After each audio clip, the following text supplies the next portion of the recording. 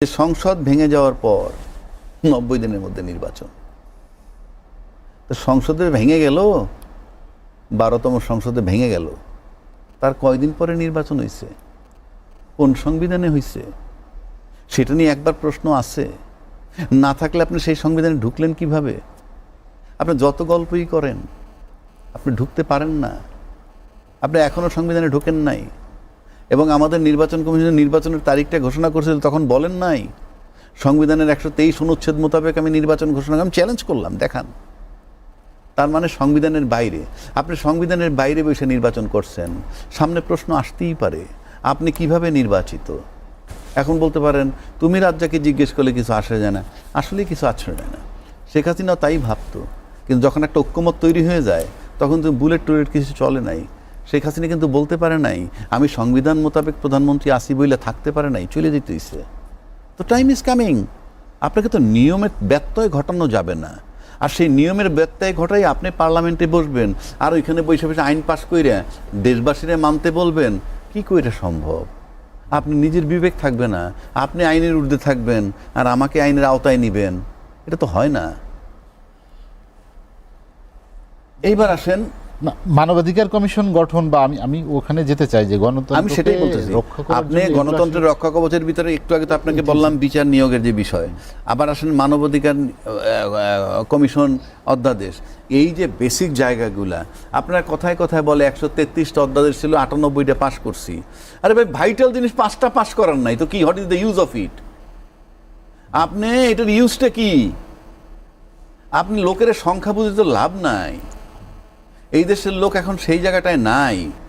কেন নাই সেটাও বলে দিচ্ছি। সেলিম ভাই আমার সামনে, ওনাদের দলের দায়িত্বশীল ব্যক্তিরা বলছিলেন জুলাই একটা ইমোশন, ওটা দিয়ে রাষ্ট্র চলে না। বলছে না, জুলাই একটা ইমোশন, ওটা দিয়ে রাষ্ট্র চলে না।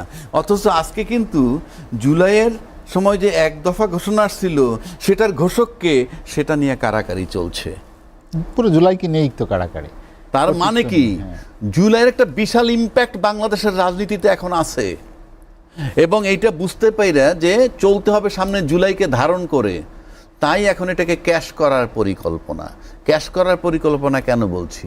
আপনি প্রফেসর ইউনূস সাহেব যে এই জুলাই জাদুঘরের উদ্বোধনে গেলেন, উনি কি ওনাকে যে গ্যালারিতে, দর্শক গ্যালারিতে ডাইকেই না ওনাকে বসাইলো প্রধানমন্ত্রীর পাশে, উনি কি জুলাই যোদ্ধা ছিলেন?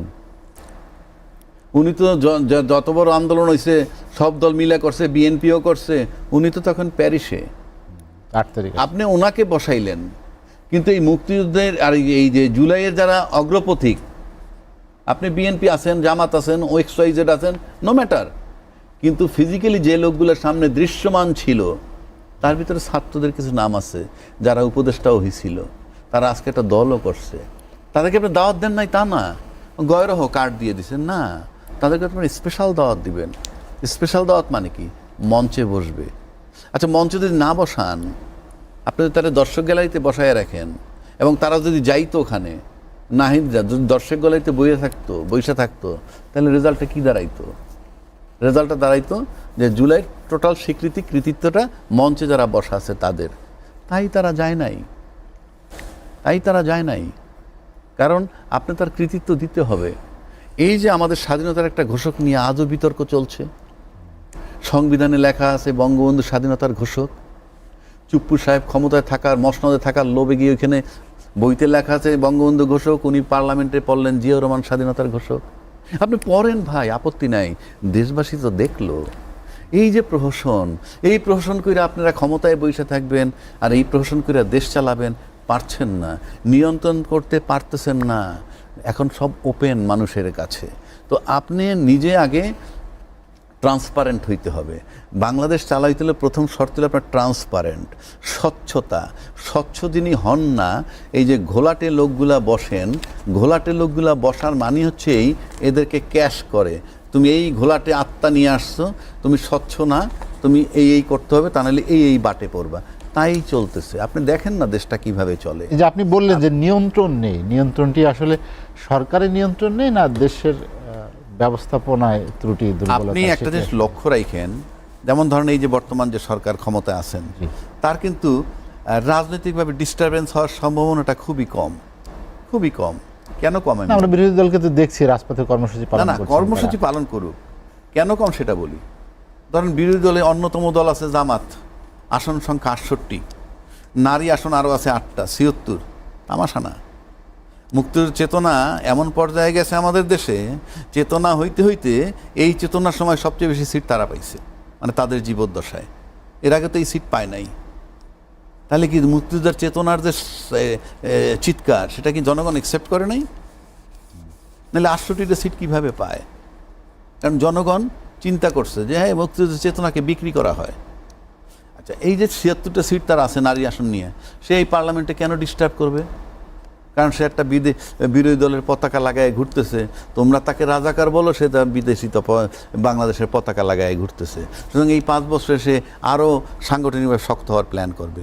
এনসিপি একটা দল, সকাল বিকাল যাদেরকে টিভিতে ডাইকাইন আপনারা বলেন তোমার আয়ের উৎস কি, আর কোনো দলের ডাকার ক্ষমতা আপনাদের নাই।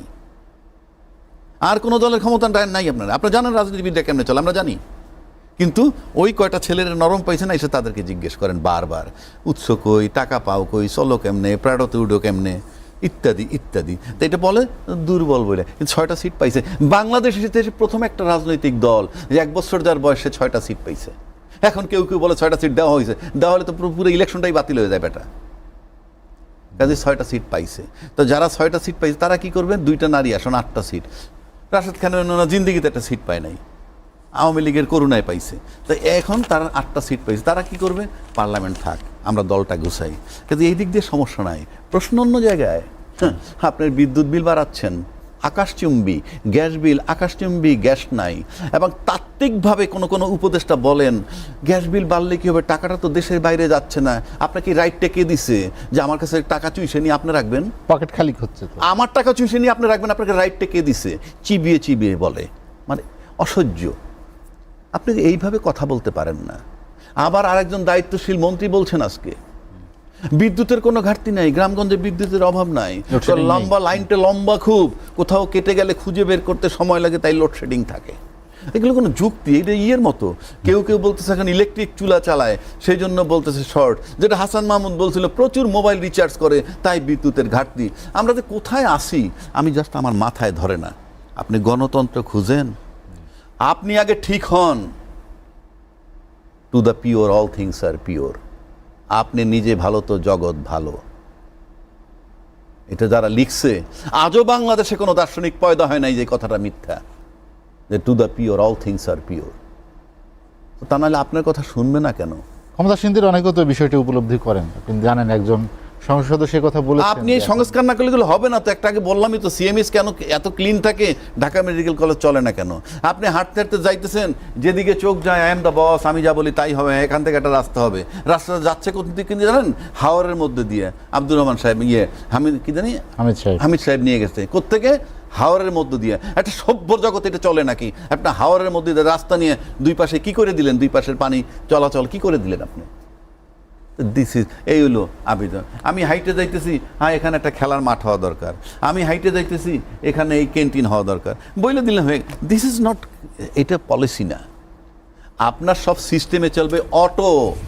এই অটো করার জন্য যে সংস্কারটা দরকার ছিল, সেই সংস্কারের জন্য গণভোটের সাথে জুলাইয়ের বাস্তবায়ন আপনি করছেন না কেন? আমি দায়িত্ব নিয়ে চ্যালেঞ্জ করে বলতেছি, জুলাই সনদ যদি 100% বাস্তবায়ন করা হয়, এই দেশের কোনো ক্ষতি হবে না। নাম্বার 1, কেউ যদি বলতে পারে দেশের ক্ষতি হবে, আমি আর টকশোতে আসবো না। নাম্বার 2, দেশের জনগণের কোনো ক্ষতি হবে না।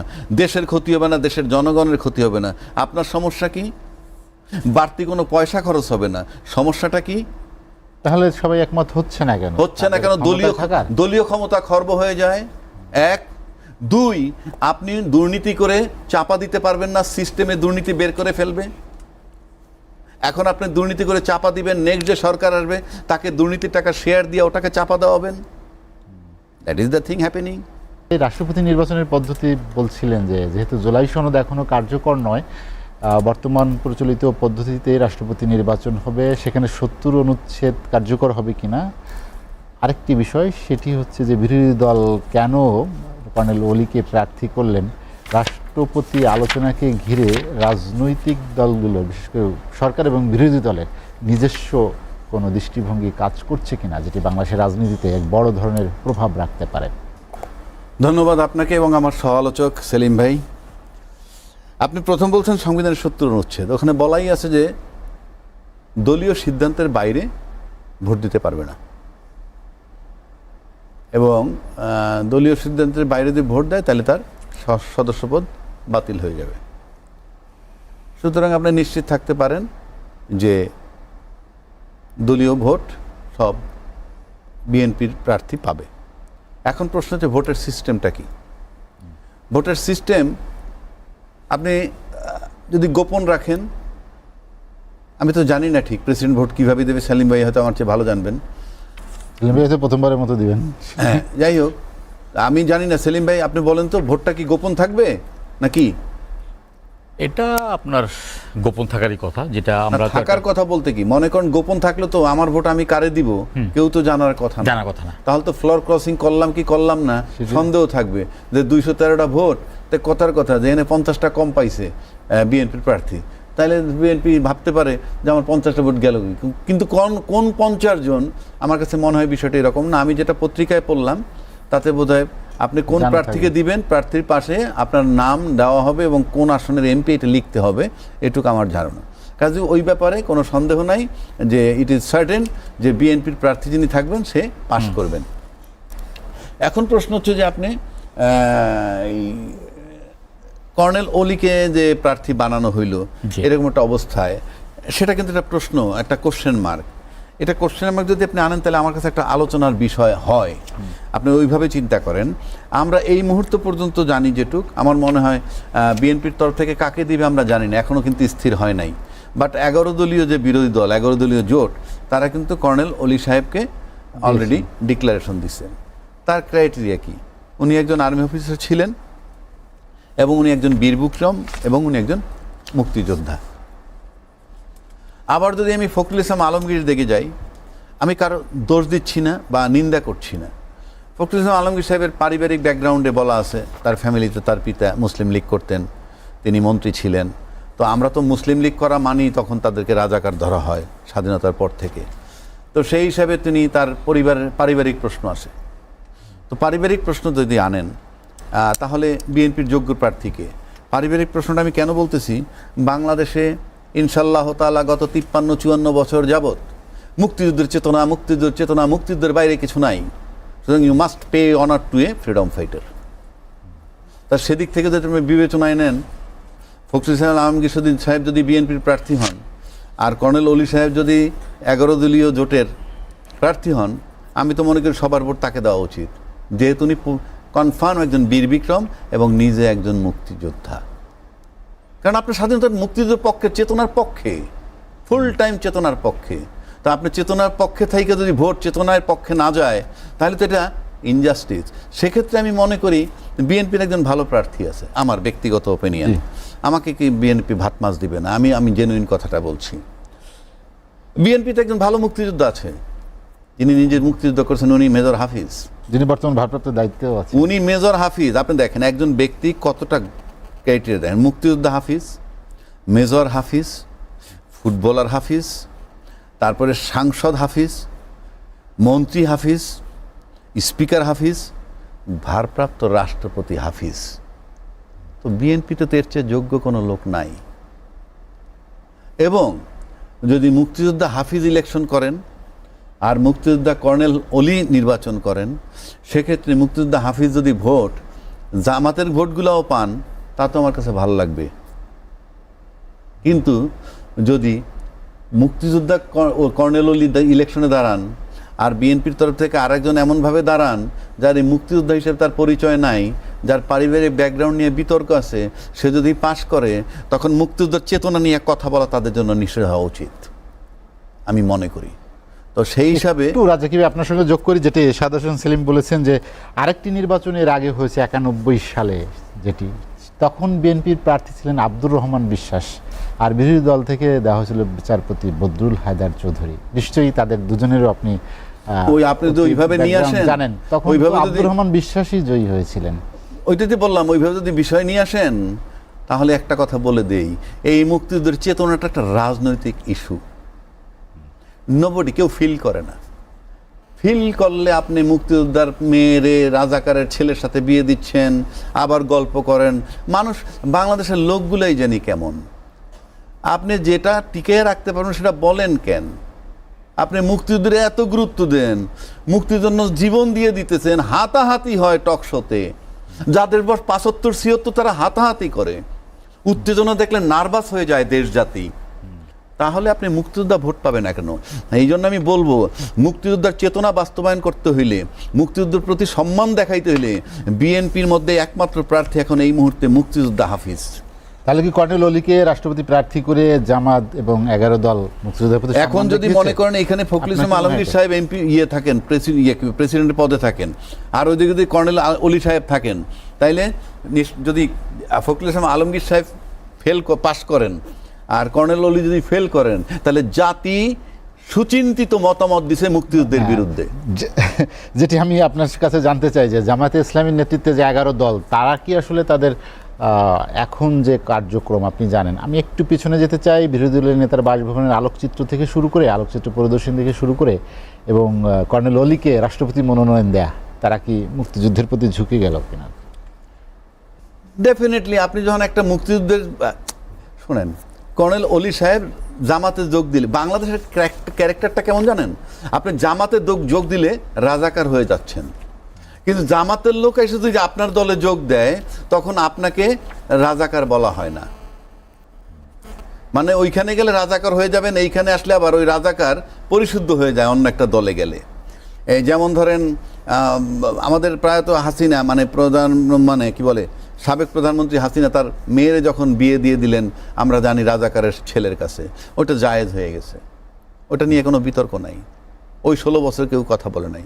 সুতরাং এই যে আপনার একটা, এইগুলো দিয়ে প্রমাণ করা যায়, যে ধাপে ধাপে প্রমাণ করা যায় মুক্তিযুদ্ধের চেতনা না শুধু ক্যাশ করা। তাহলে আমি আবারও জোরালো কণ্ঠে বলছি, যদি আজকে যেমন আমার এখানে সাহাদাত হোসেন সেলিম ভাই আছেন, উনি যদি মনে করেন বিএনপিতে এমন একজন লোক প্রার্থী দেয় যিনি মুক্তিযোদ্ধা না ব্যক্তিগতভাবে, আর অন্য জায়গাতে একজন মুক্তিযোদ্ধা দাঁড়ায়, কোনো শর্ত ছাড়াই তো মুক্তিযোদ্ধার পাশ করা উচিত এবং দলকে বলা উচিত উনি মুক্তিযোদ্ধা, pay honour to a freedom fighter. অন্যথায় এটা প্রমাণিত হবে যে এটা শুধুই কথার কথা। এইটি নিয়ে আসলে আপনি বলছেন যে রাজনৈতিক হাতিয়ার হিসেবে ব্যবহৃত হচ্ছে। অবশ্যই 55 বছর ধরে যেটি হচ্ছে সেটি থেকে তো বেরিয়ে আসার কথা ছিল, বা সেটিই তো 5 আগস্টের একটা আকাঙ্ক্ষা ছিল। সেখানে কেন জোর দিচ্ছেন না, বা সেই জায়গাগুলো কেন রাজনৈতিক, সেই কথাটা আপনি শুরুতে বলছেন যে টেকসই গণতন্ত্র। টেকসই গণতন্ত্র মানে আমি এক জায়গায় ঘুরতে গেলাম, গিয়ে দেখলাম যে ভাই এখানে তো একটা, এই এলাকায় প্রচুর জেলে আছে। আচ্ছা, তো জেলে আছে তো খাল শুকিয়ে যাইতেছে, তাই খালটা খনন করতে হবে, পানি প্রচুর আনতে হবে, পয়লা চলে আসলাম। এভাবে রাষ্ট্র ঠিক হয় না।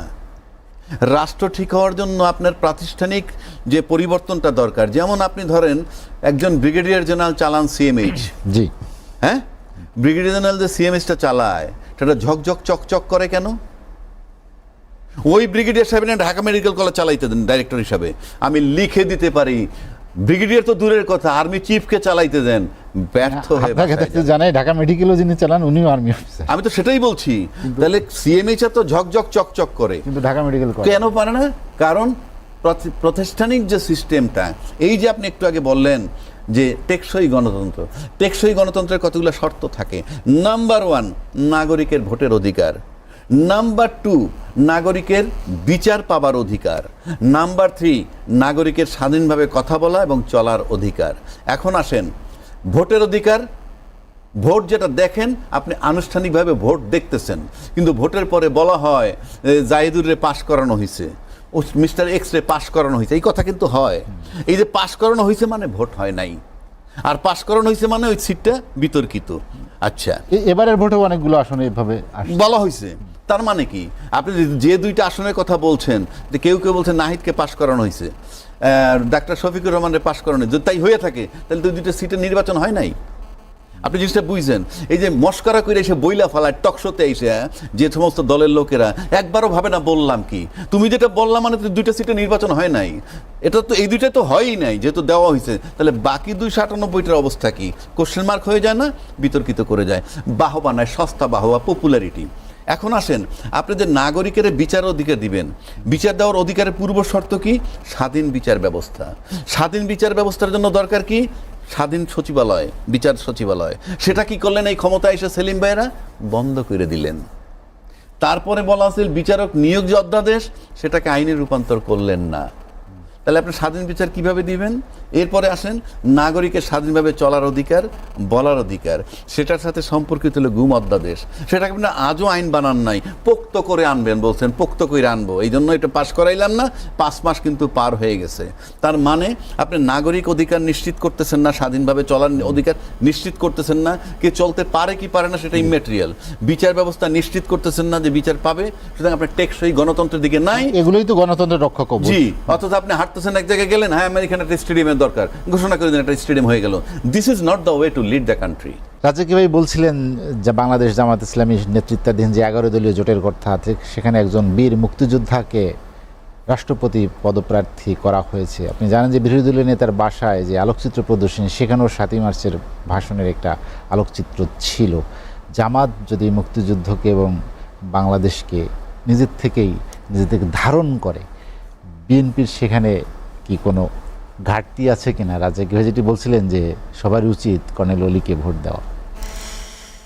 আচ্ছা, সবার উচিত কিনা সেটা বলতে পারবো না, রাজ্জাকি ভাই বলতে পারবে। এখন জুলাই সনদের কথা আপনারা বলেছিলেন, তো জুলাই সনদে যেটা আছে রাষ্ট্রপতি নির্বাচন পদ্ধতি, সংবিধানে এই রূপ যুক্ত করা হবে যে বাংলাদেশে একজন রাষ্ট্রপতি থাকবেন, যিনি আইন অনুযায়ী আইনসভার উভয় কক্ষ, উচ্চকক্ষ এবং নিম্নকক্ষ সদস্যদের গোপন ভোটের সংখ্যাগরিষ্ঠতার ভিত্তিতে নির্বাচিত হবেন। রাষ্ট্রপতি নির্বাচনে প্রার্থী হওয়ার ক্ষেত্রে বিদ্যমান সংবিধান অনুচ্ছেদ 48/4 বর্ণিত যোগ্যতাসমূহ এবং রাষ্ট্রপতি পদে প্রার্থী হওয়ার সময় কোনো ব্যক্তি বা কোনো রাষ্ট্রীয় সরকারি বা রাজনৈতিক দল বা সংগঠনের পদে থাকিতে পারিবেন না। এটা এখানে আপনার একটি রাজনৈতিক দল ছাড়া প্রত্যেকটি এটা একমত হয়েছেন, ইনক্লুডিং আপনার এনসিপি, জামাত, সবাই।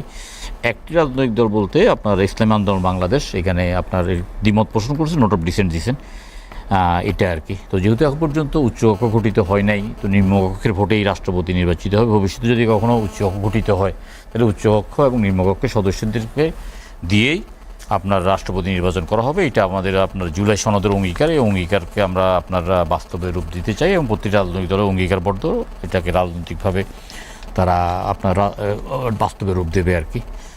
আর যেটা বলেছেন যে আপনার ওই মুক্তিযোদ্ধার বর্তমান যেটা বিরোধী দল প্রার্থী দিতে পারবে, কারণ গণতান্ত্রিক অধিকার।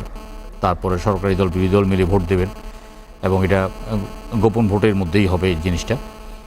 আর আপনার সেখানে তো বুঝে যায় জি প্রার্থী বিরোধী দলের অপশান আছে। কর্নেল অলি সাহেবকে মনোনয়ন দিয়েছেন বিএনপি, এখন পর্যন্ত তার মনোনীত প্রার্থীর মানে আপনার করেন নাই, ডিক্লেয়ার করেন নাই। ডিক্লেয়ার করার পরে সেটা যাকে ডিক্লেয়ার করে সেখানে তখন তাকে ভোট দেওয়া হবে আর কি। তো সময় জানি আর দুদিনের মধ্যেই তো সবাই জানতে পারবেন যে হ্যাঁ, কালকের মধ্যে জেনে যাবে, হয়তো কালকের মধ্যে সবাই জেনে যাবে আর কি। তো এটা তো রাষ্ট্রের সর্বোচ্চ একটা পদ, রাষ্ট্রের সর্বোচ্চ পদে আপনার সবচেয়ে ভালো গ্রহণযোগ্য ব্যক্তি নির্বাচিত হলে ভালো হয় আর কি। তো এর আগে দিয়ে ধরেন কিছুটা ব্যর্থ ঘটনা হয়েছে, সেই ব্যর্থটা আশা করি খুব সুন্দরভাবেই এটা আপনার পরিপূরক হিসাবে আপনার দাঁড়াবে।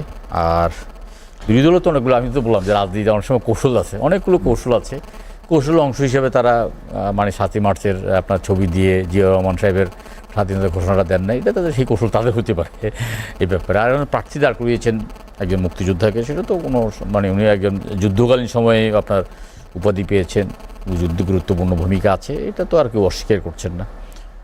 তো তার বর্তমান রাজনৈতিক অবস্থান তো আপনার সেই আপনার মুক্তিযুদ্ধের সময়কার জুলাই সনদের কথা বলছিলেন সেলিম ভাই। জুলাই সনদে বলা হচ্ছিল যে রাষ্ট্রপতি এবং প্রধানমন্ত্রীর ক্ষমতা এক ধরনের ভারসাম্য আনা হবে, একটা আলোচনা হয়েছিল।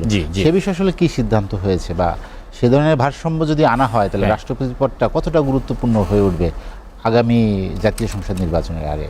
না দেখুন, এখানে তো আপনার ওই রাষ্ট্রপতির ক্ষমতা নিয়ে আমরা সুনির্দিষ্টভাবে আলোচনা করেছি। যেমন আপনার রাষ্ট্রপতির একটা ক্ষমতা আছে আপনার ফাঁসির আসামিকে মওকুফ করার ব্যাপারে, বুঝছেন না? তো তৎকালীন সময় এটার যথেষ্ট অপব্যবহার হতে আমরা দেখেছি আর কি। একদম চিহ্নিত খুনি লোককেও রাষ্ট্রপতি ক্ষমা করেছেন, কাউকে বর্ডার পাস করতে দিয়েছেন। আবার কোনো আপনার ফাঁসির আসামি আপনার জেলে আপনার বিয়ে করেছেন, বাসরত করেছেন। তো সব মিলিয়ে জুলাই সনদে আমাদের একটা আলোচনা হয়েছে, সেটা হলো যে রাষ্ট্রপতি ক্ষমা করতে পারবেন, তবে সেখানে একজন 3 সদস্যের একটা কমিটি করে দেওয়া হয়েছে, কমিটি সেটা ওনাকে বিয়ে করবেন আর কি। রাষ্ট্রপতি আপনার সুপ্রিম কোর্টের যেই কোনো বিচারপতিকে, সুপ্রিম কোর্টের হাইকোর্ট ডিভিশনের যে কোনো বিচারপতিকে প্রধান বিচারপতি হিসেবে নিয়োগ দিতে পারতেন, যে কোনো বিচারপতিকে। কিন্তু এখন বলা হয়েছে সুপ্রিম কোর্টের অ্যাপিল ডিভিশনের টপমোস্ট যিনি আছেন সিনিয়র এবং সেকেন্ড যে আছেন তিনি, এটা বিএনপি ইয়েতে এইভাবে রাষ্ট্রপতির ব্যাপারে ইয়ে করেছি আর কি। আমরা আপনার ক্ষমতাকে আমরা একটা মোটামুটি সুনির্দিষ্ট করে দিয়েছি। আর এছাড়া আপনার ঐক্যমত্য কমিশন সেটা সে সময় তো এগুলো নিয়ে অনেক কথাবার্তা আছে, ঐক্যমত্য কমিশনের ভূমিকা। ওনারা হঠাৎ করে আপনার রাষ্ট্রপতির ব্যাপারে আমাদেরকে একটা মানে অনেকগুলো ক্ষমতা দিয়ে রাষ্ট্রপতিকে একটা প্রস্তাব আমাদের সামনে দিয়েছেন। তো সেই প্রস্তাবের মধ্যে দেখা যাচ্ছে যে তাহলে নির্বাহী বিভাগের কোনো কাজ থাকে না। নির্বাহী বিভাগের অনেকগুলো কাজ আপনার যেটা আমরা চিন্তা করতে পারি না। ধরেন আপনার এখানে অ্যাটর্নি জেনারেল নিয়োগ, জাতীয় মানবাধিকার কমিশনের চেয়ারম্যান ও সদস্যদের নিয়োগ, তথ্য কমিশনের চেয়ারম্যান এবং সদস্যদের নিয়োগ, বাংলাদেশ প্রেস কাউন্সিলের চেয়ারম্যান নিয়োগ, আইন কমিশনের চেয়ারম্যান নিয়োগ, বাংলাদেশ ব্যাংকের গভর্নর নিয়োগ, বিশ্ববিদ্যালয় মঞ্জুরি কমিশনের চেয়ারম্যান নিয়োগ, এনার্জি রেগুলেটরি কমিশনের চেয়ারম্যান ও সদস্য নিয়োগ, বাংলাদেশ টেলিকমিউনিকেশন রেগুলেটরি কমিশনের চেয়ারম্যান ও সদস্য নিয়োগ, সশস্ত্র বাহিনী সমূহ সেনাবাহিনী, নৌবাহিনী, বিমান বাহিনীর প্রধানদের নিয়োগ, প্রতিরক্ষা গোয়েন্দা মহাপরিচালক ডিজিএফআইয়ের মহাপরিচালক নিয়োগ, জাতীয় নিরাপত্তা গোয়েন্দা এর এনএসআইয়ের মহাপরিচালক নিয়োগ।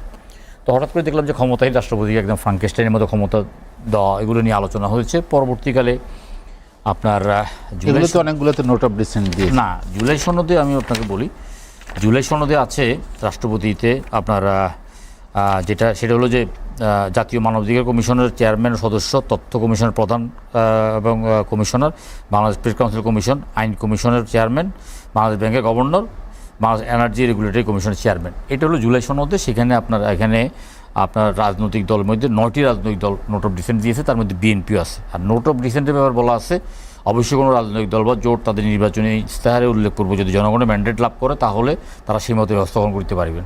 তার মানে আপনার এই যেটা আপনার নোট অফ ডিসেন্ট দিয়েছেন তাতে করে আপনার বিএনপি যেটা মেনেছেন, বিএনপি হলো যে জাতীয় মানবাধিকার কমিশনের চেয়ারম্যান ও সদস্যদের নিয়োগ, তথ্য কমিশনের চেয়ারম্যান ও সদস্য নিয়োগ, বাংলাদেশ প্রেস কাউন্সিলের চেয়ারম্যান নিয়োগ, আইন কমিশনের চেয়ারম্যান নিয়োগ, এখানে এনার্জি রেগুলেটরি আর বাংলাদেশ ব্যাংকের গভর্নর, এই ব্যাপারে নোট অফ ডিসেন্ট দিচ্ছে। তাহলে এখন নোট অফ ডিসেন্টের ব্যাপারে বলা আছে যে রাজনৈতিক দলগুলো সংখ্যাগরিষ্ঠতা লাভ করবে বা ক্ষমতা আসবে, তারা তাদের মতো করে সেটা বাস্তবায়ন করতে পারবে। তাহলে এটা বিএনপি যেভাবে চাইছে সেইভাবেই আপনার এখন 2টার প্রশ্ন নোট অফ ডিসেন্ট দিয়েছে। এই 2টার বাদ দিয়ে যে 4টার ব্যাপারে একমত হয়েছে, 4টা আপনার ক্ষমতা রাষ্ট্রপতির সাথে অতিরিক্ত যুক্ত হচ্ছে। এছাড়া রাষ্ট্রপতি তো আপনার বাংলাদেশে আর অন্যান্য যেসব ক্ষমতাগুলো আছে সেটা আর কি, এটা মোটামুটি একটা ভারসাম্য। এর আগে তো রাষ্ট্রপতি কোনো ক্ষমতাই ছিল না। আমরা জুলাই সনদের ভিত্তিতে রাষ্ট্রপতিকে বেশ কিছু নিয়োগের ক্ষমতা দেওয়া হয়েছে। আর রাষ্ট্রপ্রধান রাষ্ট্র সংসদীয় গণতন্ত্রে রাষ্ট্রপতির ক্ষমতা সব জায়গায় একটু মানে আপনার যেটা বাকশাল আমলে বা আওয়ামী লীগ আমলে যেটা সংবিধান ছিল, প্রথমে আপনার সংসদীয় পদ্ধতিতে রাষ্ট্রপতি না, প্রধানমন্ত্রী শাসিত সরকারের মধ্যে তখন সমস্ত ক্ষমতা প্রধানমন্ত্রী, আবার যখন বাকশাল করেছে তখন সমস্ত ক্ষমতা রাষ্ট্রপতির। পরবর্তী 1979-এ চেক অ্যান্ড ব্যালেন্স করে মোটামুটি রাষ্ট্রপতিকে কিছু ক্ষমতা দিয়ে আপনার একটা মানে পরবর্তী 5ম সংশোধনী করা হয়েছে। আর এইবার মোটামুটি রাষ্ট্রপতিকে আরও 4টা মানে ক্ষমতা দেওয়ার পরে রাষ্ট্রপতি পদটা আলংকরিক এবং তাৎক্ষণিকভাবে আপনার এইসব নিয়োগের ক্ষমতা পাওয়ার পর রাষ্ট্রপতি পদটা আলংকরিকের চাইতেও কিছু